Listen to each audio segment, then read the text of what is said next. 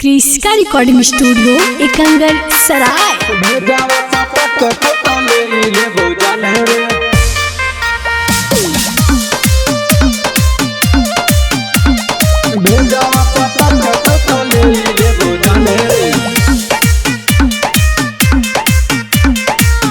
Presented by Kriska films. हाई ना दान बेटा दही न गया न रे, हाई ना दान बेटा दही न गया न रे।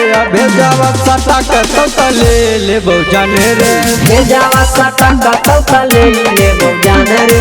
कदे बोई सारा खत्म होता खाना दाना रे, कदे बोई सारा खत्म होता खाना दाना रे। भेजावा सटा तो ले जाने रे, भेजावा सटा तो ले जाने रे। भेजावा सटा तो ले जाने रे, भेजावा सटा तो ले जाने रे। भेजावा सटा तो ले जाने रे।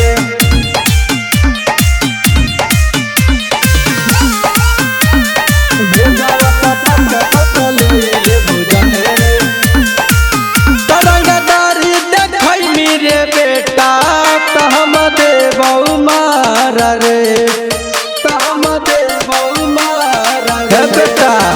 हरियाई के अकेला तो तोरा में हाथ मारे। पुलिस प्रशासन हमरा रहा कैसा तेरे, पुलिस प्रशासन हमरा रहा कैसा तेरे। भेजावा सटा तो ले जाने रे, भेजावा सटा तो ले जाने रे। भेजावा सटा तो ले जाने रे, भेजावा सटा तो ले जाने रे। भेजावा सटा तो ले जाने रे, भेजावा सटा तो ले जाने रे। क्रिस्का रिकॉर्डिंग स्टूडियो एकंगर सराय।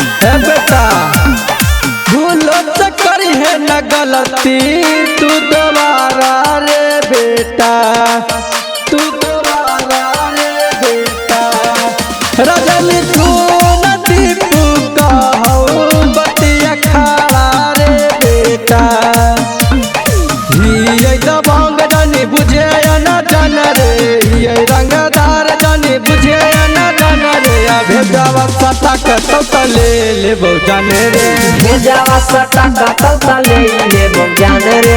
भेजावा सटा तो ले जाने रे, भेजावा सटा तो ले जाने रे। झूला झूल लेकिन बाप के मत भूल। क्रिस्का रिकॉर्डिंग स्टूडियो एकंगर सराय।